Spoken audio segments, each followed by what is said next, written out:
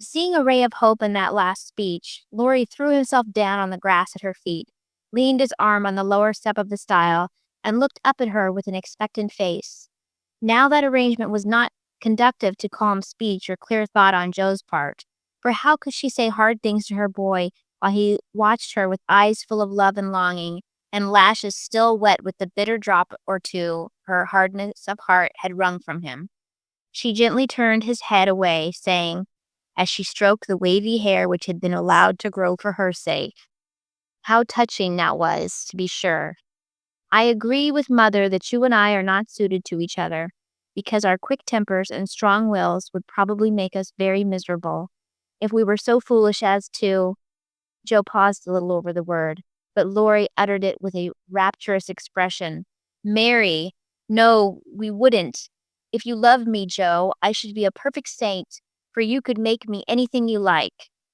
"No, I can't. I've tried and failed, and I won't risk our happiness by such a serious experiment. We don't agree, and we never shall. So we'll be good friends all our lives, but we won't go and do anything rash." Another red flag out here. Right? Now this is a chapter of red flags. The whole "I'll change for you. I'll change for you. Why don't you change me?" It's not good. Have you read Rose in Bloom? No, I have not. Yeah, it has this similar scene where Charlie, who is the Laurie archetype, he sort of wants that Rose saves him from himself, from his misery, from his bad life. So it kind of reminds me that, like, Laurie wants Joe to save him, Yeah. but it's not Joe's job to save him or anyone else. He's that entitled young man, though, right? He wants somebody else to do the work for him, too. We will if we get the chance, muttered Laurie rebelliously. No, now, do be reasonable and take a sensible view of the case, implored Joe, almost at her wits' end. I won't be reasonable. I don't want to take what you call a sensible view. It won't help me, and it only makes you harder. I don't believe you. You've got any heart. I wish I hadn't. There was a little quiver in Joe's voice. Thinking it a good omen, Laurie turned around, bringing all his persuasive powers to bear as he said in the wheedlesome tone that had never been so dangerously wheedlesome before. Don't disappoint us, dear. Everyone expects it. Grandpa has set his heart upon it. Your people like it, and I can't get on without you. Say you will, and let's be happy. Do. Not until months afterwards did Joe understand how she had the strength of mind to hold fast to the resolution she had made. Then she decided that she did not love her boy and never could. It was very hard to do, but she did it, knowing that delay was both useless and cruel. I'm just shaking my head here. You're right. Right. Yeah, I mean, this is one of those things. It's just like how I had said that one of the members of the book club had said, this scene, it shows what integrity Joe has, because she's saying no, even though it's breaking her heart to break his heart. And you can feel that Joe feels so bad for him, but also he gives him all the reasons why they should not get married in this chapter. Right. Like he says that, oh, grandfather expects it. Your family expects it. Now he has started to blackmail her. Yeah. Yep. It's all emotional manipulation and emotional blackmail. It's going to be your fault. Everyone's going to be disappointed. You're not just hurting me, you're hurting everyone. How terrible is that? Like in that 1993 film where he says that you don't know what you're doing. I mean, I don't know about you, but I dated a guy who was kind of like this at one point. I only dated him because I felt bad for him, which is a terrible reason to date someone. And I tried to break up with him, and he threatened to throw himself in the gutter. So I didn't break up with him. And then I didn't know what to do. I was kind of stuck with him. And then he asked me to marry him. And I was young, and I thought, well, when someone asks you to marry them, it's supposed to be a happy thing. Hello, friends. It is Niina from the Little Woman podcast. Just to let you all know that the Little Woman podcast episode transcripts are now available as books. You can find them as paperbacks and ebooks. They are wonderful reading for all the fans of Louisa May Alcott. You can find all the links from the description. And now, back to the show. So I did not have the strength that Joe had, and I said yes. But the very next day, I regretted it. But then I felt stuck. And because I was with somebody like this, who was like, it was like he was my child. I kind of wish that people, that young women really read this like deeply, analyze the way the situation is, because this isn't romantic. This is immature. This is emotional manipulation. Well, I think that's one of those things too that the 2019 film really got wrong, is with Joe going back and acting like, oh, I would say yes to him now. It kind of puts Joe in this point of view where she is like the emotionally immature one. You know what I mean? Like, she's the one who doesn't know her heart. She's the one who doesn't know what she wants, but she's going to go ahead and just go with what's ever in front of her. When really that's what Laurie was doing. Laurie was like, everybody thinks we should get married, so we're going to get married. You're the person who I have felt cared for, has made me feel cared for, and I need to feel cared for, so we should get married. I think that's one of those things that the 2019 film really messed up is it put Joe in that emotionally immature position where that's not really who she was. Like, she maybe didn't fully know her own mind yet, but she also trusted her gut that this isn't right. Yeah, and it really bothered me in the 2019 film. Like, there's that scene where Joe is just shouting at Friedrich, and she behaves like she's a 10-year-old brat. Yeah. And Joe in the book is like 24, 25 when that happens, and she knows how to control her temper.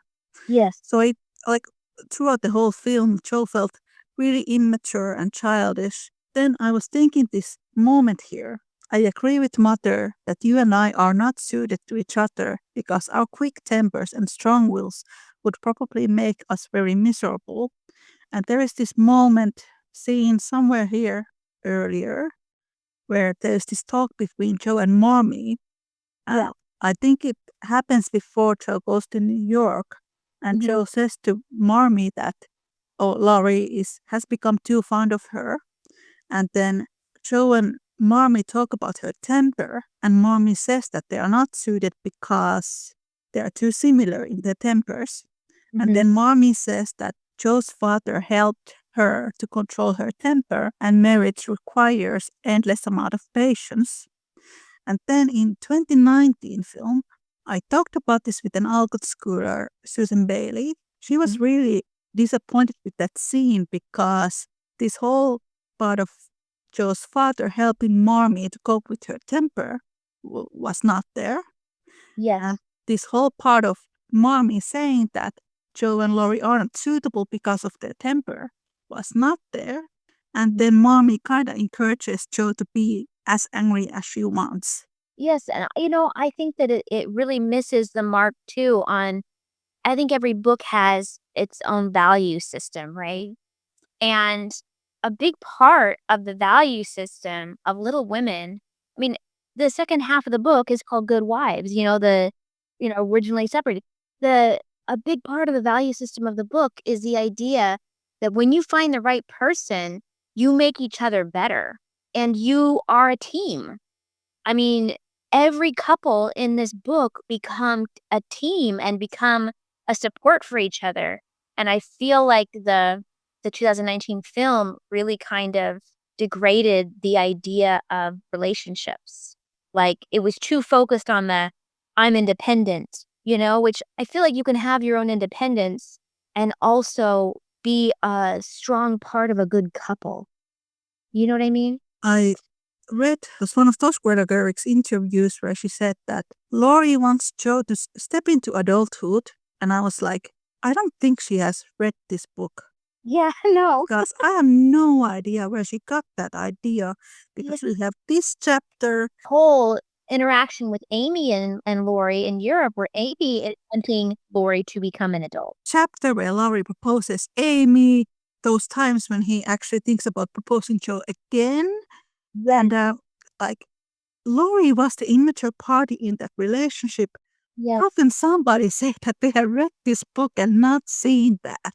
I just don't get it. I don't think she has even read this book. I'm doubtful that she has also. Think about it. Timothée Chalamet's hairdo. That was from Christian Bale. Friedrich played the piano. That was from Rossano Brassi. They took all these elements from these previous films. I don't think they read this book. I think you're right. And it bothered me that Laurie didn't do anything for Amy and Joe behaved like this little brat. I wish that they would make a film version that actually showed the like musical side of Laurie so that we could get to know him as a person outside of him like pining for Joe and then settling for Amy, because I feel like that's kind of how it gets represented a lot.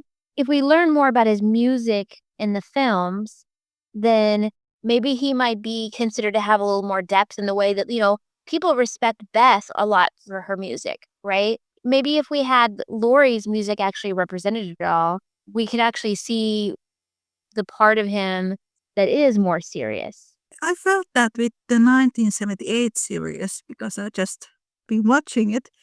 Okay.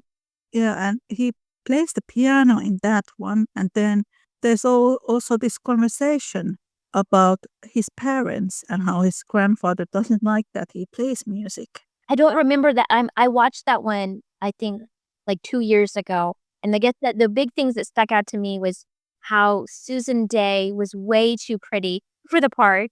And then, of course, Captain Kirk. He's not so bad, Bear. Like, the accent is terrible, but I like him otherwise. Some an accent is terrible, but William Shatner has a more solid body type. He's a little more ascendant. So I feel like he's the right physical form for Professor Bear. But no, the German accent was just terrible. There were some scenes that I really liked in that one. Like there's a part where he actually is looking for a job outside New York so he can go and make some money and buy a house for Joe. I like that. And then there's a part where Miss Kirk comes and like, look, Professor, Miss March has published the story. And then he's like, my Joe, like he mumbles, my Joe.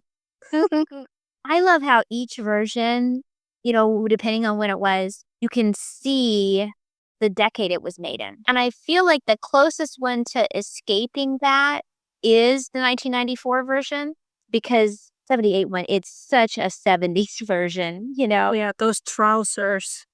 Yeah, and I'm like, have you ever seen, there was a miniseries called North and South. It was based on the John Jakes novels. I know that one, but I haven't seen it.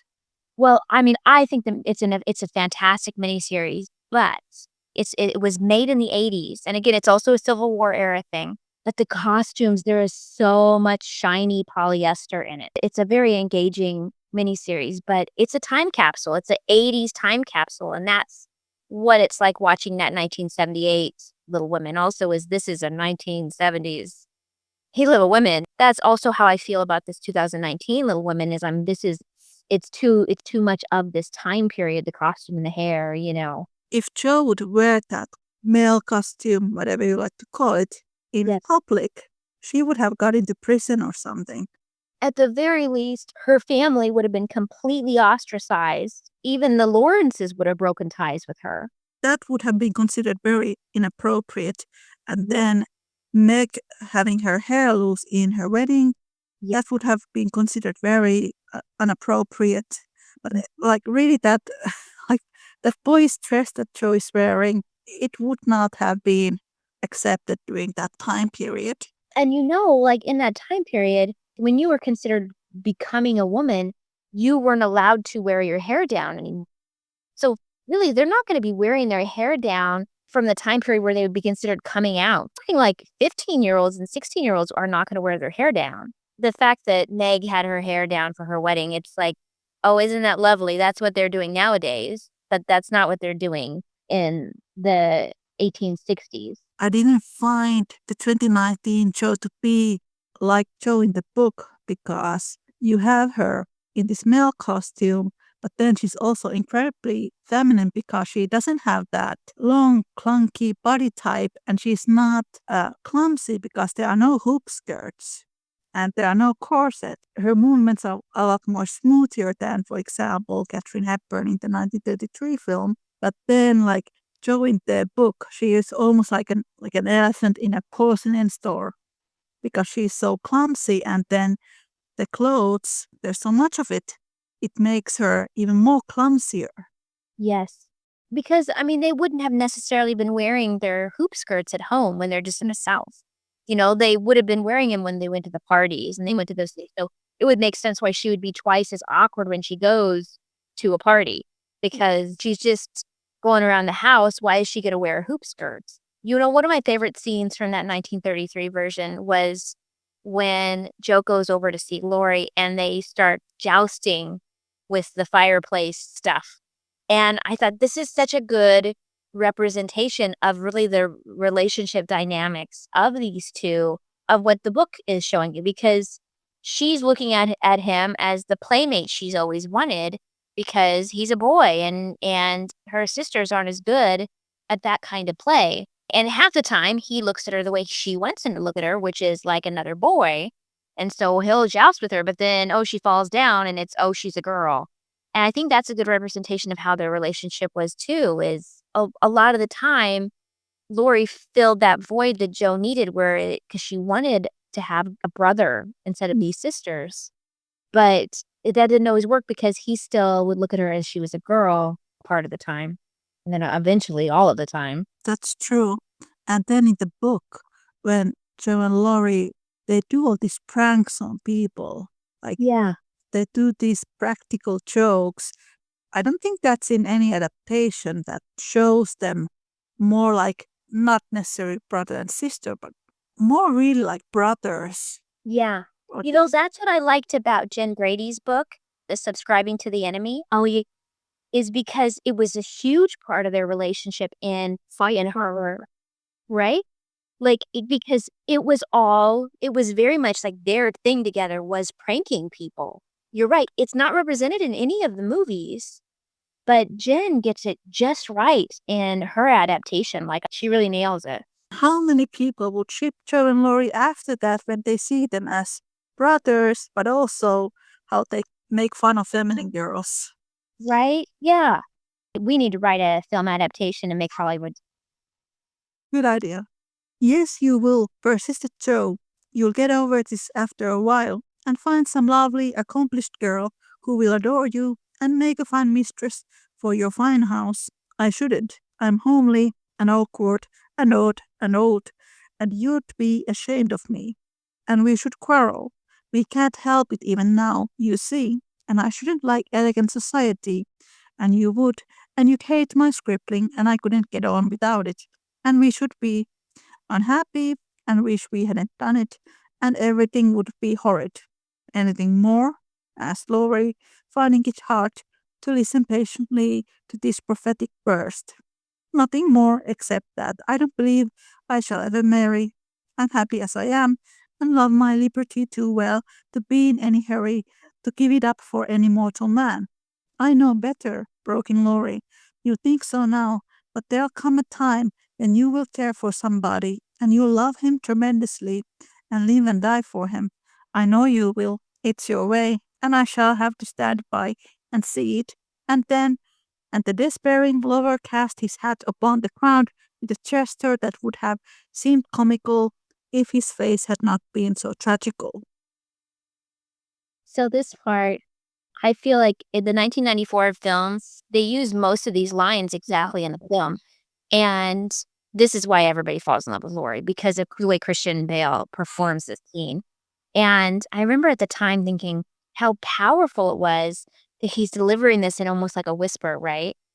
But then in a lot of his other films, when he's Batman, I realized, oh, this is just the way Christian Bale acts. He just does this whisper acting. And it's kind of a little bit, for me, broken the spell of his Laurie, because I'm like, oh, Batman's going to perform it the same way. I never thought about that, but now you said it. Because it's how he acts. I mean, the scene is so impactful. But like once you realize that this is half of how he acts in films, I'm sure that the boom mic people who are miking him for these are like, quit whispering. It's pretty different here. Like he's bouncing his feet like he's angry. He's angry, yeah. It's not a sweet whisper to the ear. It's an angry proposal. Yeah, Laurie knows that Joe is going to fall in love. He has prophetic powers. For sure. I think Joe did fall in love with Friedrich in New York, but like the narrator says here, which proved that she knew nothing about love. Because she knew she respected him. She got that. And that's what she didn't get yet, is that mature love is built primarily on a foundation of respect. Exactly. And then in New York, Friedrich is Joe's sexual awakening, but because Joe doesn't have previous knowledge of what that is, she can't really recognize that. Yes, I will live and die for him if he ever comes and makes me love him in spite of myself. And you must do the best you can, cried Joe, losing patience with poor Teddy. I've done my best, but you won't be reasonable, and it's selfish of you to keep teasing for what I can't give. I shall always be fond of you, very fond indeed, as a friend, but I'll never marry you, and the sooner you believe it, the better for both of us. So what a good example, too, of how wrong the 2019 film was. Because the fact that she says, I will never marry you here, will never marry you. This is not somebody who is going to have her sister die and then it's going to make her go, maybe I'm lonely. Oh, I could have married Teddy.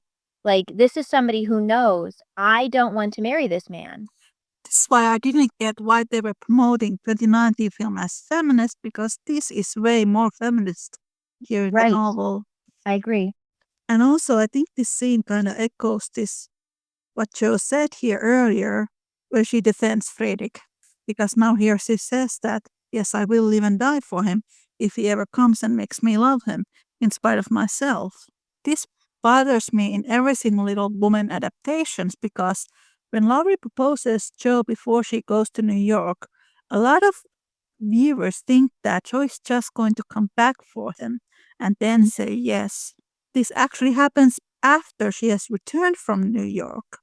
And then she has started to develop these feelings for Friedrich, even defends him when Laurie is bad-mouthing him.